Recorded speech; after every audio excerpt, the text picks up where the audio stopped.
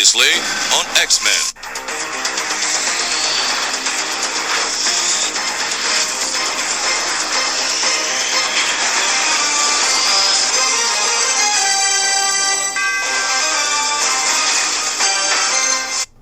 Hey guys, welcome to the Podtendo podcast, a retro video game podcast that spent a whole year talking about all the X-Men movies in anticipation of X-Men 97. So boy, when I saw it drop the other day, rushed to my TV to stream this service, I said, probably have to make a podcast about this, I guess, because that's my life. I'm your co-host, Mick, on this exploration and review of the new X-Men 97 series, and I'm joined every episode by my lovely and talented co-host, Tyson. Solid. Cool. I have not gone back and listened to all our old shows. Maybe I'll do that before we record this week. Maybe I'll make that as kind of a goal this weekend. I'll do kind of a listen back. That'll be my podcasting for the weekend. But it's here, guys.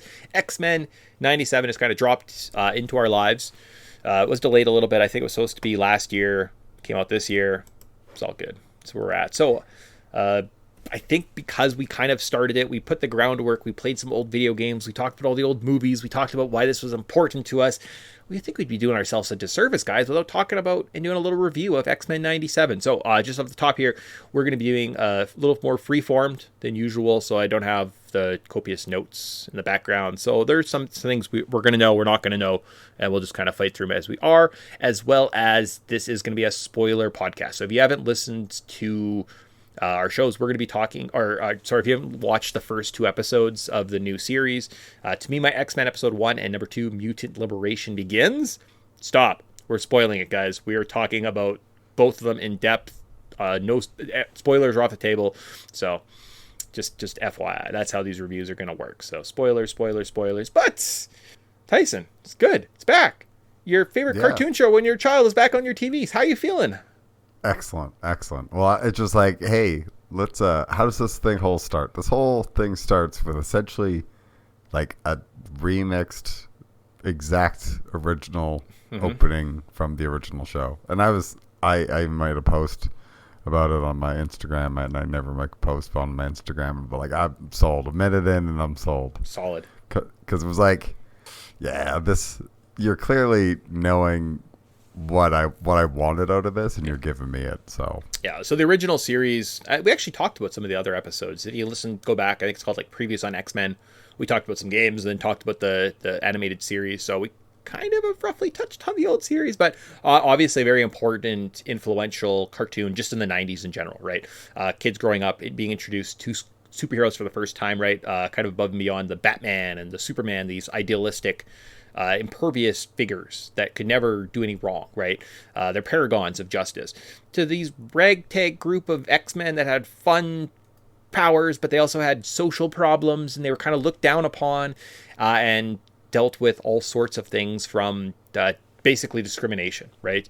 And kind of more into social topics and really kind of pushed the boundary. Now, they could only do so much for a Saturday morning cartoon, right? So some of their stories were more limited from the actual comic book series at the time. But between video games and X-Men cards and gums with stickers in them in this series, they became a real integral part of 90s kids' lives. And I've heard just kind of a big outcrying of like, oh my gosh, it's back.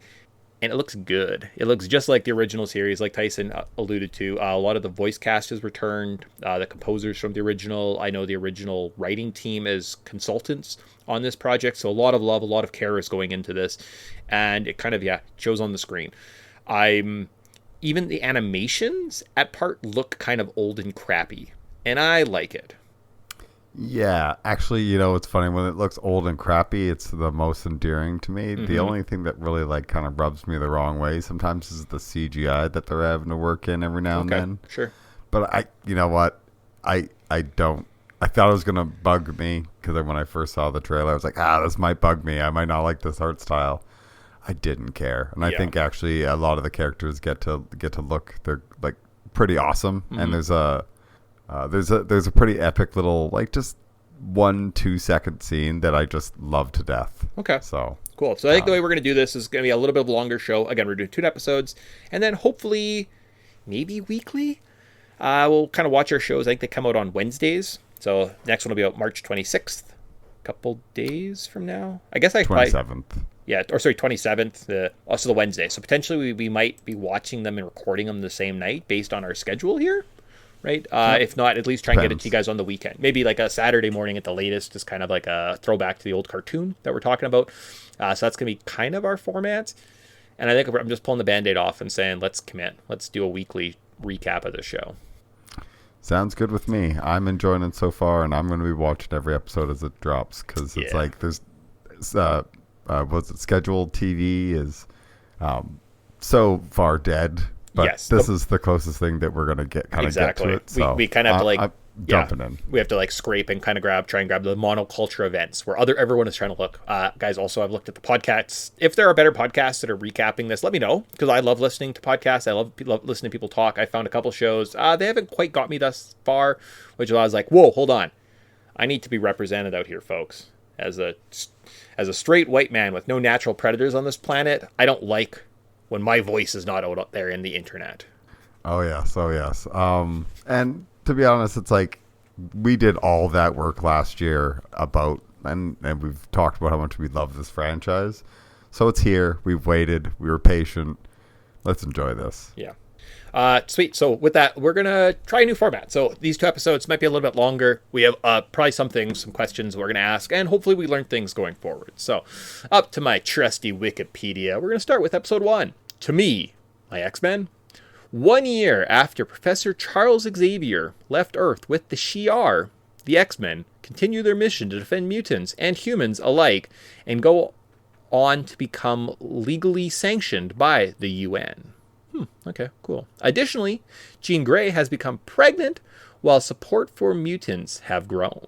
After the X-Men save a young mutant named Roberto da Costa from the Friends of Humanity, Jean sees that they are outfitted with Sentinel tech and probes Henry Gyrick's mind for the location of the Sentinel's creator, Boulevard Trask.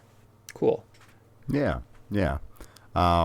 It's pretty good little opening. Within what, I'm ripping this Band-Aid off now. Man, within that first opening scene where their X-Men are fighting off the Friends of Humanity, just the level of movement, and just everybody seems acrobatic and is showing off their powers, and Cyclops gets an amazing little scene here where he's using his laser blast to move around in such a fast scene. It's incredible. It sold me on it. I was like, oh my gosh, they're actually gonna give Cyclops, they're gonna show him being badass, they're gonna show him being sweet, and the leader, and actually bloody useful for bloody once.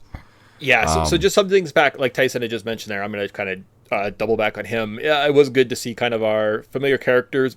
A little confusing on the timelines, to be perfectly honest with you. And this summary definitely helped that, right? So we learned that Professor Xavier has been dead for about a year. It's about a year since he's been removed, and there's just the turmoil that's happening with this X-Men team, right? You feel it's kind of unstable, leadership is a bit in question, and things are just up in the air. And I'm like, didn't Xavier just get sick and have to go into space? Is he dead? Yeah, well, and that's why I didn't watch the last season recently. I've obviously watched it, but I totally forgot about it. And then I was reading the Wikipedia page just before we recorded, and I was like, wait, I thought they said he died. Yeah. And it's like, no, he left Earth with the Shi'ar. It's so Henry Gyrick did hit him with a neural disruptor. His brain gets messed up. He has to go into outer space. So he's not dead. Even though this show does kind of make it appear like it's dead, it's final, he's never coming back. It's a comic book series. He'll come back if they want. So no one stays dead in comic books. So that was impressive. And then, just in terms of turning things up a little bit, right? At one point, Cyclops in the first fight gets hit by one of the Friends of Humanity and he's bleeding. And we're like, ooh, PG-13.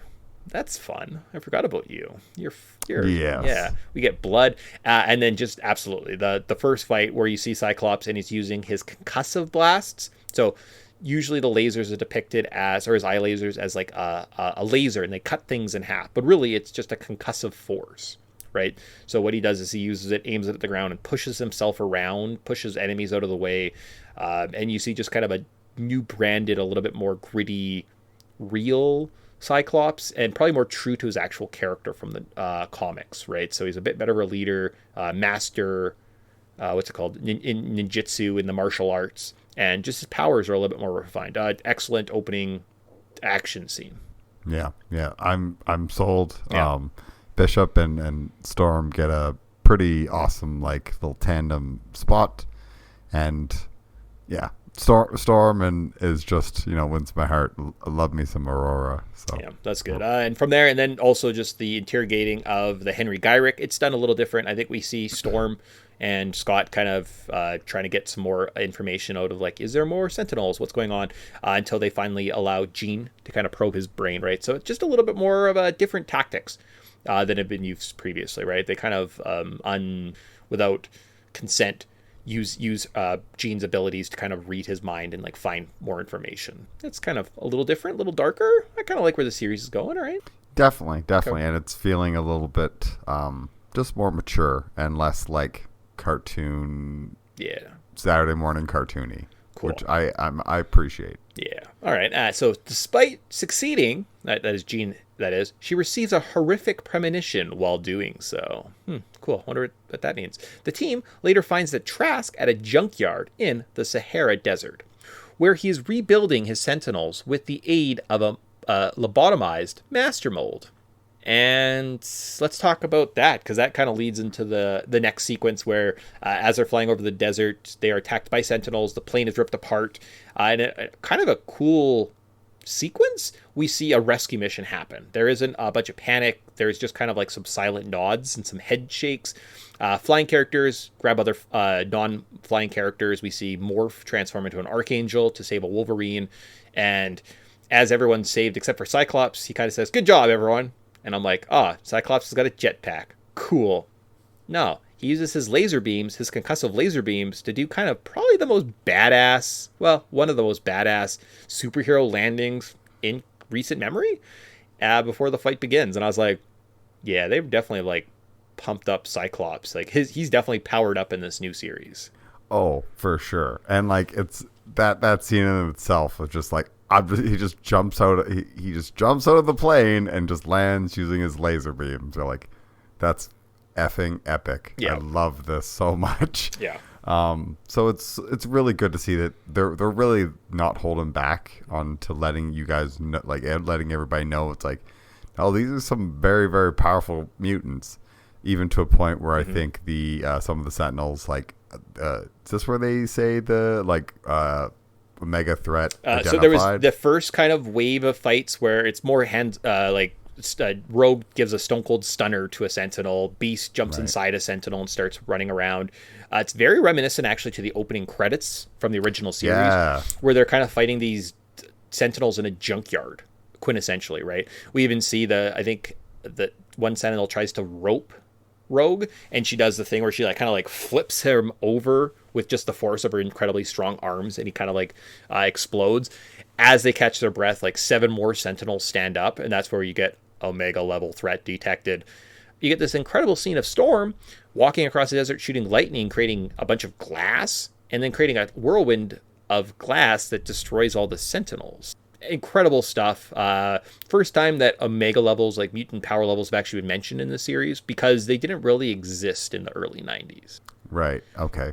Yeah, they were more of a creation, kind of like later 90s, more in the 2000s they were used, so they just kind of didn't exist. But it is kind of noteworthy that the first Omega level was the person people were clamoring about the most. People loved Storm, wanted her to get the Omega level designation, and she never really got there. So kind of nice that they kind of gave her the nod right off the start. And yeah, just kind of shows one of those things where like, wow, she's super overpowered. She's ridiculously overpowered to a point where, like, this is the X-Men, and they just fought a front wave, and they struggled a little bit. And they're totally survived. The second wave, Storm's just like, be gone. Well, and then my favorite part, I'm about to get out of here. It's she destroys all the Sentinels, and then there's one last Sentinel holding on to this pipe, and she like walks up to him and she's like, "Hey, Sentinel, you know what happens to a Sentinel that gets struck by lightning, and her eyes flicker?" And then this bolt of lightning hits him into one of the best, most badass scenes ever. She says, "Same as everything else." And I lost it right there. I was like, woo! No, that didn't happen in this show. I was gonna say, I'm like, did I stroke out? Yeah. So she was. The storm's better than Halle Berry's storm. Oh, infinitely so. Oh yeah.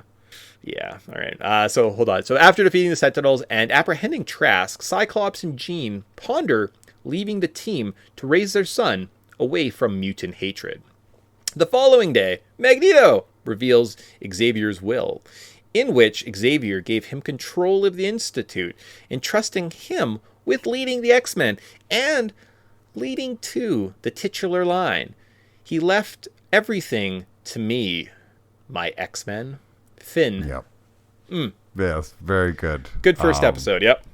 Yep, especially because like it starts with the like Cyclops says to me, my X-Men, and then it ends with the Magneto saying it, and you're like, wicked. Good. So good. That is poetry right there. It rhymes. I like it. So with that kind of ends our recap. Do you want to let's get into our review. So let's start with something. What's our favorite part of this episode? Oh my god, I have to say Cyclops. Yeah. Like just seeing an actual competent power, like actually, hey, respect was given to this character, and this is legit what he is. I'm so happy. That made my heart soar. I'm not even really a big fan of Cyclops. I was just so stoked to see this character finally given justice. Yeah, I would say like the fast-paced nature, and we'd already alluded to just the excellent action scenes that exist here, right? They're a little bit less goofy. They're a little bit, they have obviously more budget. They could be more comprehensive, a little bit more intuitive than the original series, but just incredible. And Cyclops' new use of powers and everything like that, absolutely one of the best parts, as well as I'm going to give a big credit to Storm. Right, it does seem like they're kind of back against the wall, and then you get Omega level threat detective, and she just owns the scene, and she's so powerful and she's so strong, and it's like awesome, cool. I'm glad that they're just giving just dues to these characters that didn't have the best track record, especially in recent memory, right? So yeah, let's build up the Scots and the Storms, right? Let's build up these characters that were kind of nerfed in the movies, right? Wolverine isn't the only X-Man in the world. And I like the fact that we haven't got Wolverine shoved down our throats. He's there, he's chilling, but he's kind of just seems like he's friends with Rogue or Morph now, and they're like just hanging out. Yeah.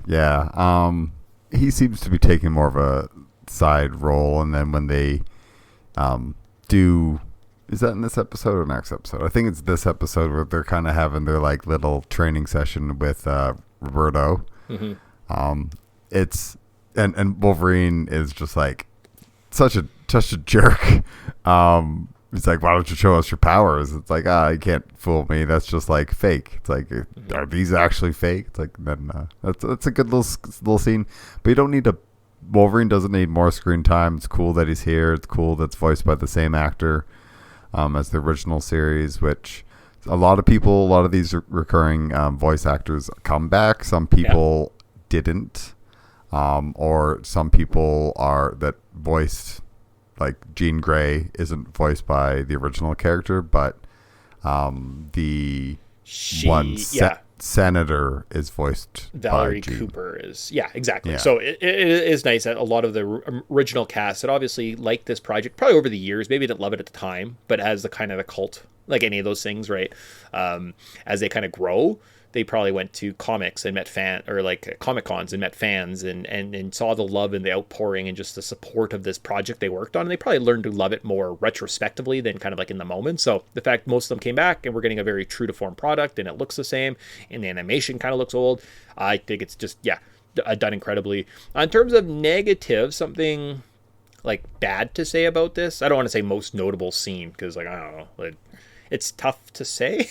Right? Like we kind of talked about the bigger moments. Oh, we have to say something negative. The redesign of Magneto kind of bugs me. He looks weird. Why does he look weird? Yeah. It's the look from the Age of Apocalypse. Okay, sure. In the 90s. Yeah, so... I'm not saying the suit. I'm saying his face looks off. Oh, okay. Right? Like look at new Magneto and look at Magneto from the original series, and it's not the same like design. Yeah, he's got that steroid chin going on, where he's got that extra thick chin. Yeah, because the original Magneto kind of had like a thinner face.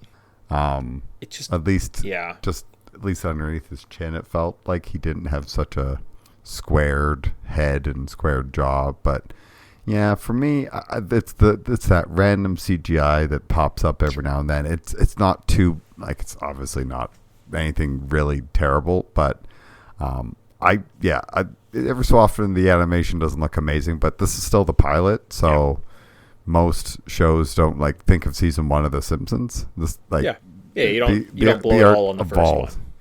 Yeah, exactly. So I feel like, and it might be a stopgap too, like when you need to make changes. Hand-drawn animation takes a little more time. If you throw some CGI in there to cover up a couple parts, it probably, like, cost effective wise, makes sense to supplement some of it. I didn't even notice, but I will keep an eye out, and then maybe on a rewatch I'll watch. And then just a little bit of the plot. So again, off the top, up until now, I was actually going to suggest before we record today, maybe we should like stream and sit and watch and do like a riff tracks on like graduation day, so that we can get prepped for this episode, because it kind of makes it seem like Charles was assassinated and he died, and I'm like, I missed that. In my mind, he just kind of went into outer space and he was going to be like okay someday, right? So obviously that's what's happened, but just a little bit of the beginning of the storytelling was a little bit jarring. I didn't realize I had to do so much research and some of the unanswered questions. I imagine they'll get to it, but like, why is Bishop just chilling here? Isn't he from the future? Yeah, I don't think he goes back though. So if you go to watch the end series, he might be there at the end. So like after he saves like the time thing, he just never goes back to the future. Yeah, I think so. And they're working on trying to send him back. I see. Yeah, again. So maybe I have to go back and watch the end of the old series to kind of answer some of those questions. But like, I don't know. That's nitpicky stuff. It's like, it'll get there. And maybe they have a whole series, a whole show later. It comes up and it like answers all those stories, right? So that's Carmat. So then with that, I think that's probably good for now. I have some more to say about the next episode, but we'll kind of give like a comprehensive review, talk about to the point where we're like, I'm good. If we miss anything, feel free to message us, guys, too, right? As we're doing this, maybe message us before, like on the Wednesday, and we can read them that night when we're recording or something like that, is how we'll do this in the future. If you do want to get a hold of us, whether you're commenting on our YouTube channel or sending us an email at podtendo@gmail.com. And we can definitely get those read on the show. So we'll probably kind of leave that there for the first episode for now. Get into the second episode. And then we've got our X-Men 5-star. So if you were familiar and listened or watched any of our X-Men movies, we kind of ranked all the X-Men on a scale of 5. So if you're first, you get 5 points. If you're the fifth, you get 1 point. And then we just kind of kept track over them. And I think we're going to do that in this series too, just to kind of see how these X-Men kind of hold up, stand out. We're going to do one ranking for the first 2 episodes. So technically it'll be at like 9 different rankings ish, assuming that we're like weekly. Maybe we miss a week here and there, right? I'm not entirely sure. Yeah, no, that's the nitty gritty. Yep. That's the setup. Ready to move on to episode 2? Yeah, let's get into it. So again, spoilers, guys. If you haven't listened or watched, why are you listening to us? That's silly. All right, so it came out a couple of days ago. It's being released on Saturday, so you take your time. It's 45 minutes. It's awesome. It's worth it, especially if you remember the old show. So episode 2, Mutants Liberation begins. While trying to live up to Xavier's legacy, Magneto has taken to saving humans and mutants alike and refraining from killing anti-mutant militants. Distrustful of him, Cyclops and Jean stay to observe Magneto while Rogue sympathizes with his struggles. When the UN forces, led by Valerie Cooper, arrive at the Institute to arrest Magneto for his past terrorism, he surrenders peacefully, hoping to gain the X-Men and humanity's trust. So, episode starts out, and unlike the original series, which I believe, like, Enter Magneto was one of the first, maybe episode 3 or something like that, we see Magneto running around doing disruptive things. Now, we see him doing nice things. Cute. Yeah, I think does a pretty good job of setting him up, and he is Magneto. Like, when he comes onto the scene, he can do so much with just by himself. Yeah. So there's like a whole Ferris wheel that's like falling over, and he just like stops it and brings everybody to like puts it back where it needs to be, and like rescues everybody, and then just like pieces out, and everybody's like, wait, was that freaking Magneto? Like, what the frick just happened? So definitely whiplash for people in this world who went from just last year being afraid of this guy. So he was more terroristic. He tried to steal missiles in the first season. He joined with the X-Men in the Savage Land in the second season, I believe. I know he made Asteroid M, and went into outer space in like seasons 3 or 4. But I don't remember him being like sort of a big bad at the end, as well as No. if you watch Graduation Day, the end of the original series, he's standing with the X-Men as they watch Magneto go into outer space. So it does seem a little bit jarring that they're so, I don't know, seemed like distrustful of him off this. It seemed like, I don't know, Magneto and the X-Men were kind of getting closer. Yeah. Right. And it's so. I think at the beginning when he's going around and saving, he saves the Morlocks because they were captured, and then when he's back talking to, I think it's Jean, Storm, and Cyclops, and he's like, "Well, I still don't understand. With you, given your guys' vast financial resources, you didn't relocate these poor Morlocks to my island." Yeah, but like, so yeah, great point. One of the points I've heard in despite of that though is they kind of did. Right? If you watch the episodes with the Morlocks, when Storm takes over, she says, if you guys want, there's a place for us. You can come live in the mansion, right? You don't have to live in the sewers. And it's Callisto and the Morlocks that agree, well, no, we want to, like, this is our burden in life. Until society can accept us, we have to live here.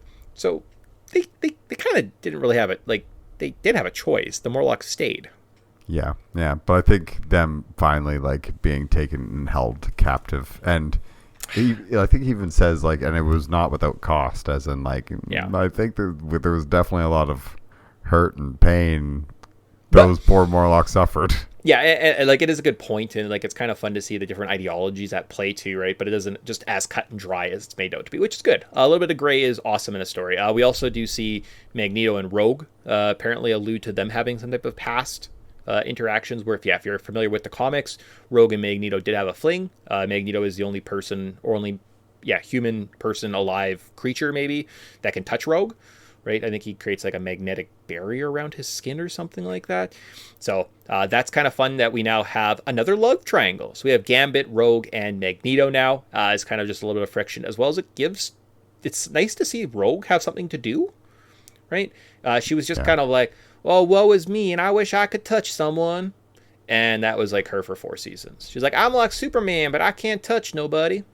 And I'm sad about it. And I'm sad. And like, sure, cool, awesome. That is great. You're the most powerful person on the planet, but you can't give someone a hug, right? That's an incredible story. That's an incredible character to have. She wasn't really super well defined.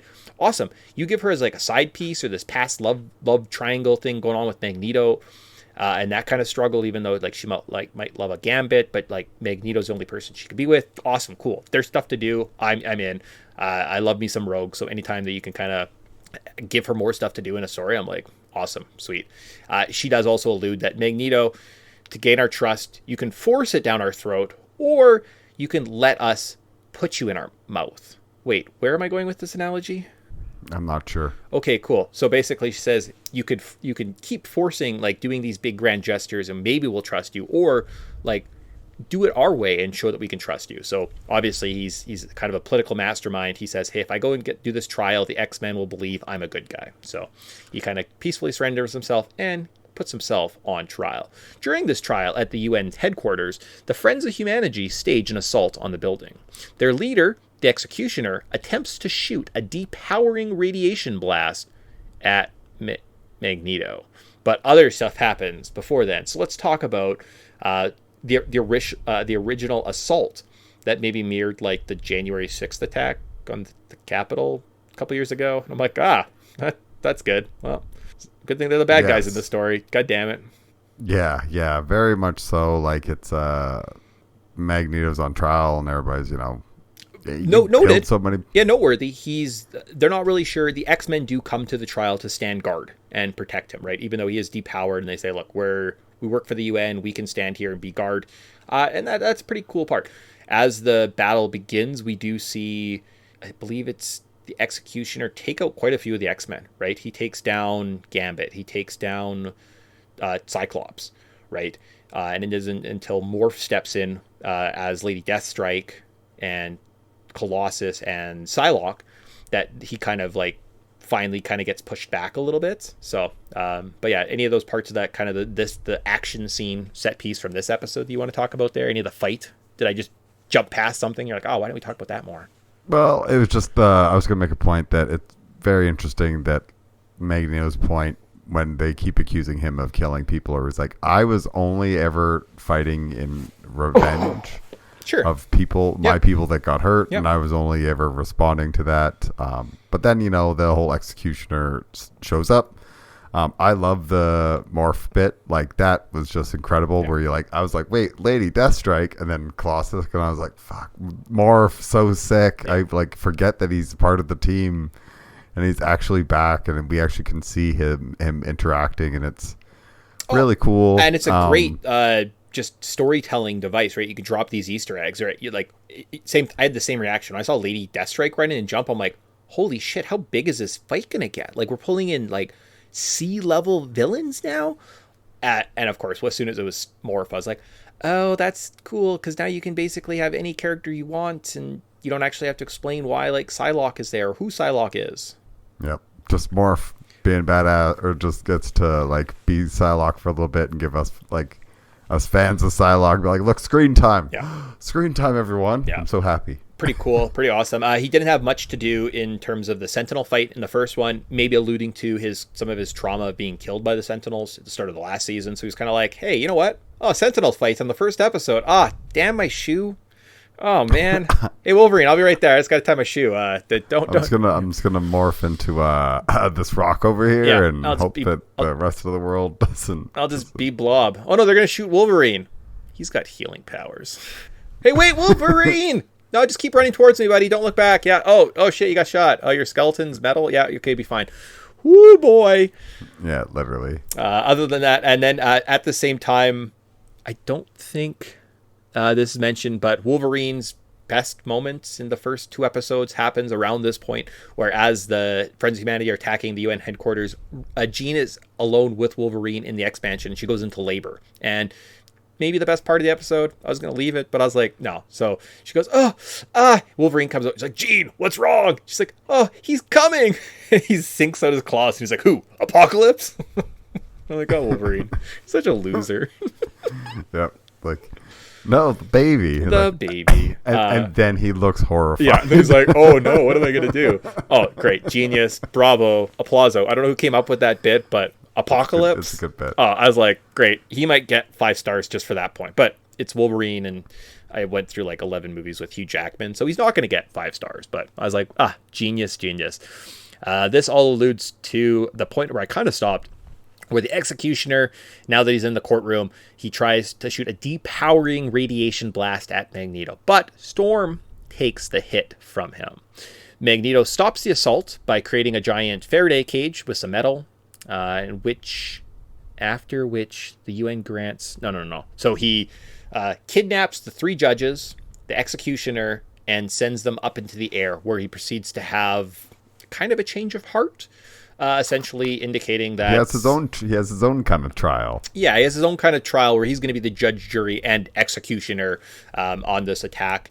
He holds the executioner up in the air with the judges, and kind of alleviates just what liberation should feel like, where it should go, and knowing that the best course is not violence this day, but it is Charles Xavier's way of working together to build a better future. So he returns them to the ground, and hold on.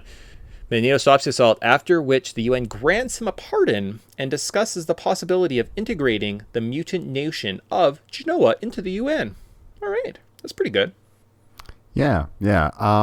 It's very good. I think that this whole scene of him being so angry about them hurting Storm, and just flying above the clouds, and him just monologuing about look, I could squish you like an ant, but I'm not going to do that. Maybe I would have done that in the past, but an old friend challenged me to look at things differently. And it's a great speech. I'm not going to quote it or whatever, but it's I love that little bit, because it shows Magneto has not just matured, but is actively taking steps to change how he acts and how he works in this world. And he's it's not about us genociding you humans. He's we just want to exist. Yeah. And this is about us moving towards a shared future. And it's I like that little line, because it also kind of hints, you're oh, we're going big.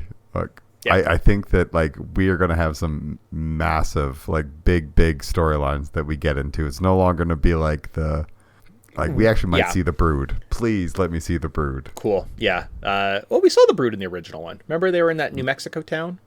Yeah, but give me more of this. So from there, like Tyson alluded to, Magneto, excellent monologue character. They did that really well. Maybe in the next, now that I know I'm doing this and I'm not just like reading, I'll maybe make some notes going forward, so I can have a little bit more of that. But yeah, Tyson alluded to better than I could. I kind of forgot exactly what Magneto said. Good job. So then, meanwhile, Jean goes into labor. Yeah, we already went into that. Cyclops and Rogue actually leave the battle because they don't want to deliver the baby, and Rogue is forced to absorb the obstetrician's knowledge and deliver the baby for her. Jean gives birth to a son who she names Nathan. Unfortunately, Beast informs Storm that the Executioner's blast depowered her permanently. She leaves the team to find new meaning in her life. Sad. So, the birth of Nathan Summers do anything for you? Yep. Hey, Nathan Charles Summers.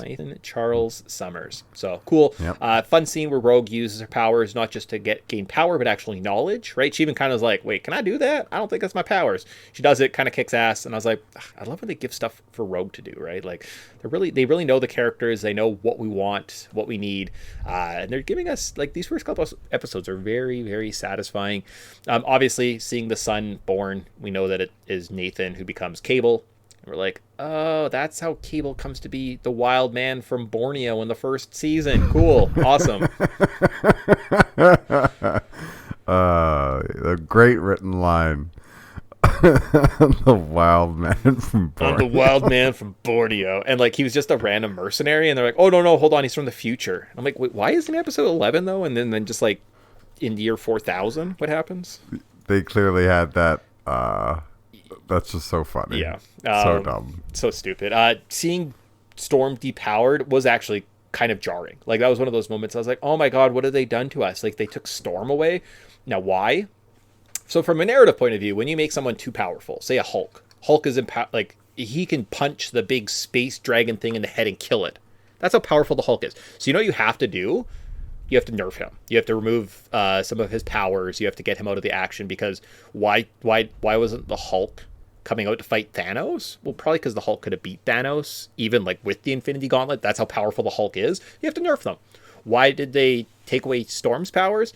Because she's an Omega level threat. She destroyed 7 Sentinels without even like thinking about it, right?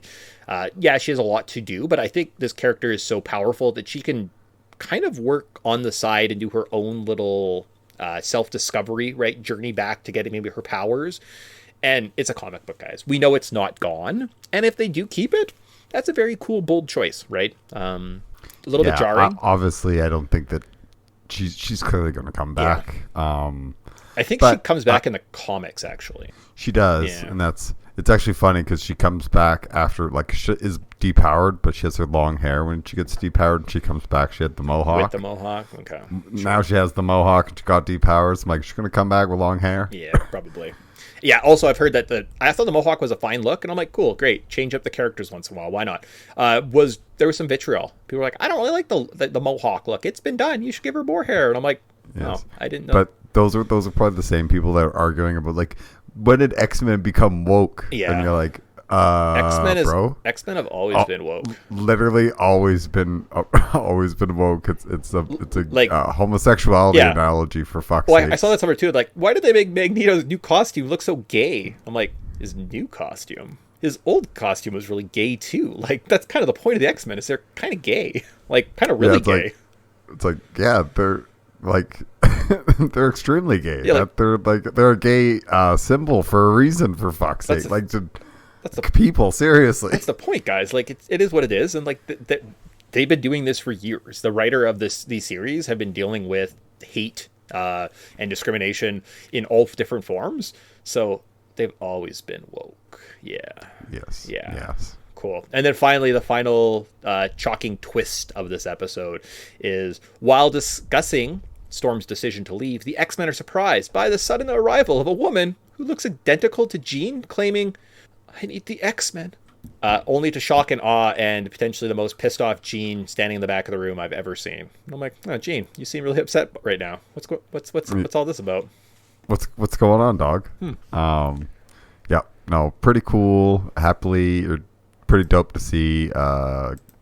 I'm not going to spoil it. I know the character's name, but I'm not going to spoil it. Yeah, so, Doppelganger Jean, very cool. Yeah, it's happening. It kind of makes sense. If you go back to the old series, ever since the end of the Phoenix or the Dark Phoenix saga, Jean was kind of gone, and she just like randomly reappears, and no one ever mentions anything about it. So we're finally getting conclusion to that. Yeah, cool. Also, if you watch the final episode, so I'm going to do like a non-spoiler, maybe spoiler. If you watch the final season, there was an episode called Descent about Mr. Sinister and how he got into genetics, and they were trying to build him up to be a bigger, maybe bad guy going forward. So that's an interesting point, right? Huh. Wonder if that'll come back into play in this series at all. No, and Morph definitely does not have him in his eyes during that opening cutscene. Yeah, no, definitely doesn't. So yeah, so with that, lots to look forward to. If you're somewhat familiar with the characters, it's not the most shocking. Also, you could just Google stuff and it pops up, right? So I am excited to kind of see where they go with this, even though I, again, kind of have an idea. And let's do a little bit of review before we kind of get into our 5-star rankings, even though this will be a little bit longer of an episode. I think we had lots to discuss and lots of legwork in this first show, so the next couple ones will probably be a little quicker. Favorite part of the second episode? There's a little scene. There's actually I like a lot of this stuff. Who am I kidding? It's when Psylocke shows up. Like, I know it's more for Psylocke, but I was like, yeah, I'm happy right now. Cool. I'm very happy right now. Yeah, so. I thought that part was really neat, just even with the battle. I think Executioner actually shoots Colossus, but it just obviously deflects off his metal skin. It doesn't get absorbed, right? I think he shoots not the rifle. Okay. He uses one of his other weapons. Okay, sure. So just, yeah, with this too, like, just the action scenes are done incredibly. And I love the fact that they give so much for all the characters to do. Yeah, Wolverine is nerfed at home with Jean. He gets a hilarious comedy moment, right? When they're driving down the streets, there's an Easter egg. Jean kind of rips the top of his Jeep off, much like I'm pretty sure she did to his Jeep in one of the earlier seasons when he was jealous of Scott, right? So we're seeing lots of fun callbacks. Rogue gets something to do, right? She gets some quippy lines. The Executioner, just the way that he takes down the X-Men, you kind of do show that they're giving a little bit more threat to the auxiliary characters, right? Executioner, he's kind of a loser character in the fact that he could take down these X-Men because he knows everything. How do you disable Cyclops? Get rid of his visor. That's the first thing you go after, right? How do you eliminate Gambit? Well, this is his fighting style. Here's how you combat him. So it's kind of nice that they gave some type of competency to the threats in this story, right? And I mean, the whole Magneto just political aspect of it is probably my favorite part of this. Is just I love Magneto as a character, and when he can stand up and soliloquize, and it's incredible, right? I kind of love those parts. So, yep, very much so. Okay. Do you have any criticisms that stand out for this one? Again, Magneto's face design, still kind of jarring. I'm sure I'll get used to it. And the fact he sounds different, right? Like, he has less of a German twang to his voice, whereas he definitely had more of a German kind of accent thing going on in the original series. So I'll get over it for sure. And then in terms of other criticisms, I don't know, actually. Do you have a criticism? Honestly, I kind of don't. Yeah. I really liked this episode. Like, I feel like when I look back, it's like, oh no, the first episode was really good and the second one was okay. But it's like, no, I kind of really like the second episode. It gets to be philosophical, but it also gets to have some really awesome action scenes. And the Executioner, who I'm like, I know a lot about X-Men. Who the F is the Executioner? And then I was like, the way he handled the X-Men was impressive. Yeah. He came off as a legitimate threat to a point where you're like, cool. This is a very scary situation for the X-Men to find themselves in. And that is like the two people at the center of this. It's like Storm and Magneto, who should basically almost be untouchable.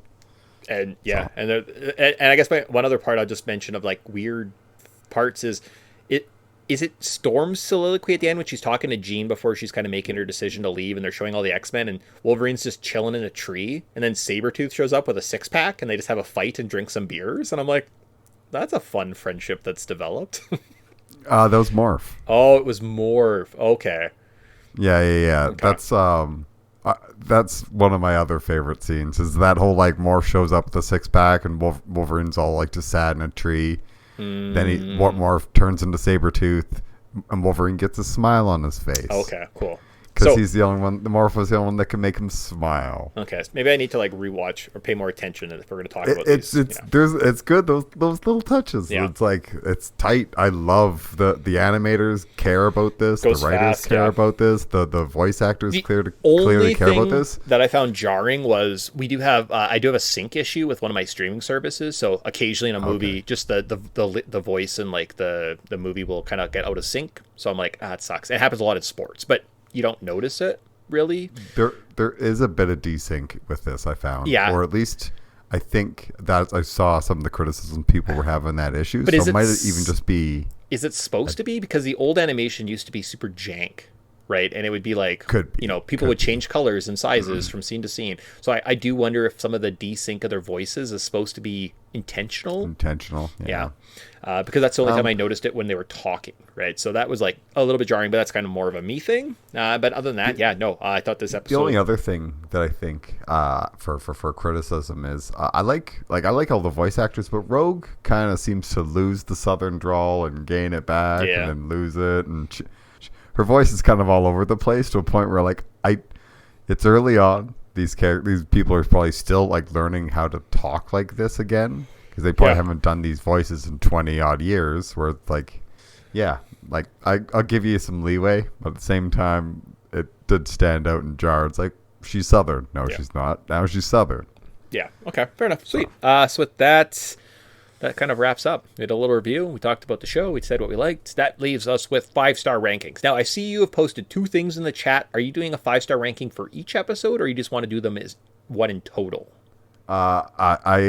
The second one's my legit one. Let's just do one in total. Okay. I after speaking with it, I decided someone did not deserve to be 5th. Okay. And that leaving someone off this list would have been a travesty because it was my favorite part of the thing. So that's good. Because I was like, we agreed on one, and then you sent me one, and then you sent me another one, and I'm like, did you change mode? But that would be weird if you put. I can even just do this. No.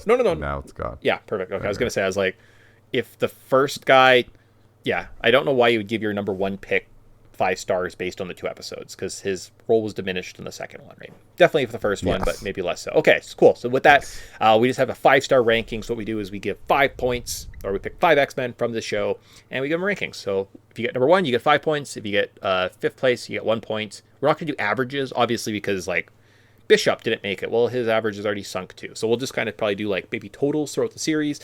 Starting at number 5, Tyson, who is your 5th ranked X-Men after these first 2 episodes of the X-Men 97? This is a cheat. I threw Psylocke in here as my number 5 because she gets. I know it's Morph, but at the same time, it's like the animators and the writers clearly held on her fighting the Executioner in the background while like Rogue and she was popular. Remember that one? Rogue and Storm. No, Rogue and the Cyclops were talking about like you need to go help Jean or whatever, and she's just fighting him in the background for the whole bit. And like, I'm happy right now. I mean, there's a lot of Psylocke ass. Which That's true. Which video game is it that there's just like, isn't it like the game X-Men, the Game Gear one? And like one of the final scenes is just like a lot. Her thong is very high in that scene. So yeah, I get it. Cool. For myself, I'm gonna go Wolverine. Wolverine, you tickled my heart. Cool. I missed the Morph part, but just getting to see you kind of reunite with Morph and the what's that? Apocalypse? Hilarious. Best line of the show. You definitely got 1 point for me. So Wolverine, good job. How about number? You know what? We never talked about Sunspot. Do we care about Sunspot? Not yet. Yeah. Not yet. Okay. He was there, saved. We don't even really know that he's Sunspot yet. Yeah. Perfect. Cool. All right. So we don't need to talk about him. About number 4. Who do you have at number 4? I got Morph. Had a great scene in both episodes. Yep. And I think that the second episode was a lot more standout. Like he had the whole just that whole like little, I love that little fight scene with him and Wolverine where he turns into to Sabretooth. Yeah, it's fun. like that's just great. I might have to go back and watch graduation day and then these 2 episodes in preparation for our show next week. So pretty excited to do that. How about number 4? What's your number 4? Yeah, I have Rogue. So again, like I mentioned Okay. too in the first episode, she gets more depth. We see a love triangle forming kind of between her, Gambit, Magneto. She just gets something to do to have this past discretion with Magneto. She's super strong, as well as her kind of ability to deliver a baby. Right, her even questioning herself and proving that she does have kind of a bit more control over her powers than in the past, right? She doesn't just sapping poor Bobby after a kiss or something like that, leaving them in a coma. She's able to take some doctor's abilities and kind of perform surgery. So I think Rogue deserves some credit with my 4th rating. How about who's at number 3 for you? I got Storm. It was tragic when she gets depowered at the end of episode 2.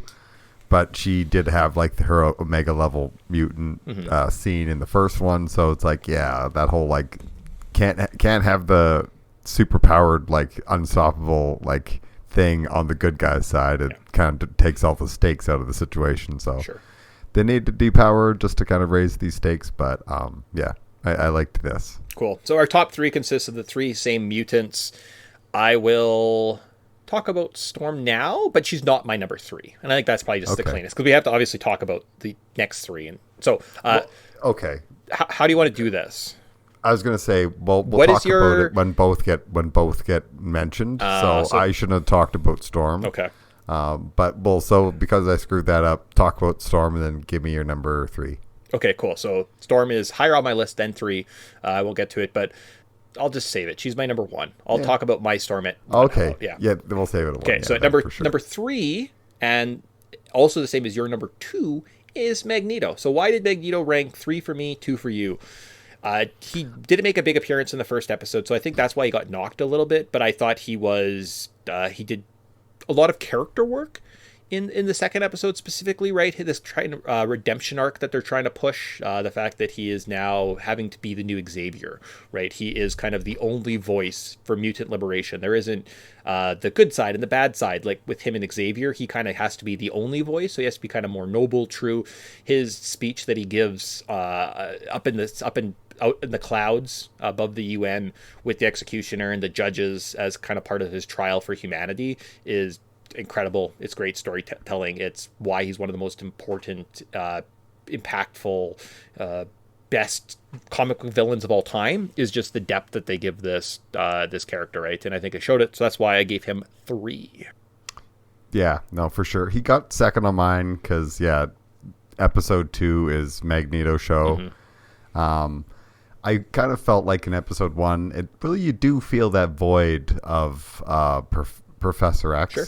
And it's even to a point where it's kind of jarring when Morph in episode 1 kind of comes in as walking around as Professor X, and you're like, dude, too soon. It does seem like poor taste. Yeah. But it made me laugh. Yeah. But so it feels like there's this huge void just like in this X-Men world, and I think this new Magneto does a really good job of trying to fill that role, but in his own way. And I love him as a character right now. I think that it's very interesting to see him kind of go through this redemption arc. I'm sold. I'm really digging it. So awesome. Cool.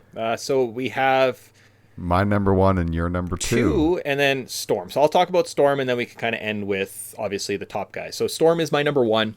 So I'll just kind of jump the queue here. Someone else is in second, but Storm is a pretty important member of the team. She's a lot more capable, or a lot more competent, a lot more powerful, a lot more of a leader than she was ever alluded to in the first series.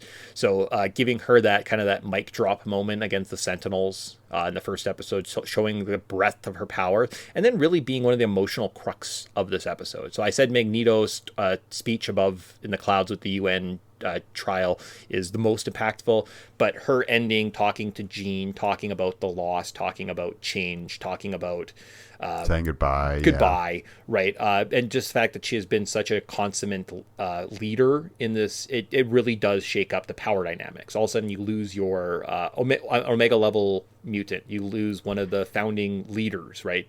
She was right up there with Cyclops and Professor X in terms of leadership and guidance for this team. Well, it's gone now. So there's some voids to fill. Some people have to step up. Some people have to mature. And I just wanted to give her a little bit. I don't know if she's going to be getting a lot more points because I don't know if she gets her powers back. Maybe she gets her powers back next season or at the end of this season, right? But the fact that she's gone for a little while, I wanted to give her just more of a tip of the cap, right? To good work. Keep up the good work. Hopefully see you in the future and kind of go from there. Two quick things. Well, when they're all talking at the end of episode 1 and Cyclops and Jean are kind of like, hey guys, we've been wanting to talk to you as we're both play basketball. And it's like, well, we think we might we might move or like move. And then Wolverine cuts them off like, yeah, we know you guys are planning on leaving. Yeah. It's like, or whatever. And I think it's Jubilee kind of says where it's like, everybody like, well, who's going to be in charge now? Like, and then I think Jubilee says like Storm. And it's like, because she is kind of like that next in line. Yeah. So to have her kind of like lose out on her powers is just like crushing. Yeah. And absolutely. And her saying, I can't feel the breeze and no longer can I feel the moisture. And you're like, oh my God, Storm, what are you doing to me, girl? Come on. Let's. Yeah. It's there's some pepper in the sky. Yeah. My quick little theory, because I'm going to throw this out here before it gets away from me. Maybe Sinister and Storm have a interaction. Ooh, interesting. Yeah, there is some. I mean, in the comics, I'm pretty sure Storm loses her powers and goes and sees like Forge or something. So either that, or I think she just goes back to Africa and like prays to the like. Oh, okay, sure. And it comes back. Yeah. So, it's something like that. I imagine we'll probably see her again. But we'll give her 5 points for today. And then collectively getting 9 points in total. So almost a perfect score between the two of us was Tyson's number 1, my number 2. We saw an impressive use of his fighting ability, his kind of newfound leadership, his hesitancy, right? The fact that he has to grow a little bit. Of course, we're talking about the person whose powers they did just wonderfully. Concussive blasts, jumping out of a plane, sliding around, fighting a sentinel arm. It has to be Cyclops as our big point taker for the day. So congratulations, Cyclops. Yeah. Everybody else has kind of gotten at least 1 or 2 moments to shine. Cyclops has always been kind of relegated to not having those moments. Yeah. So this was like, we finally, like episode 1, it was like, oh my gosh, you're just something that we've never had. We just actually get to enjoy Cyclops being a badass mutant for once. Yeah. No, so that was pretty cool, pretty not incredible, but good to see, right? And just that fact that this character finally got some respect put on his name. So good job, Cyclops. And yeah, that kind of ends this first review on these first 2 episodes. Hopefully we'll be back kind of maybe Wednesday, Thursday, maybe Friday, maybe next Saturday to discuss episode 3 of X-Men 97. Yeah. So looking forward to it. Absolutely. Look forward to it. And looking forward to hearing from you guys. If you got any feedback, you want to hear our thoughts on stuff, you want us to do things a little drop your comments below, as the kids on YouTube say. Absolutely. And give us a like and maybe subscribe or something along those lines. Don't pander to the like and stuff. We're above that. I don't care if you listen. It's true. If nobody likes or subscribes, I don't care. I keep doing it for 8 years anyways. I don't care. Yeah, we keep paying money for it because, we're smart about this thing. Yay. But with that, we'll see you guys probably, We have I don't know what's going on. We have so many shows in the bank now. X-Men. We'll see you next week for X-Men. Bye. See you.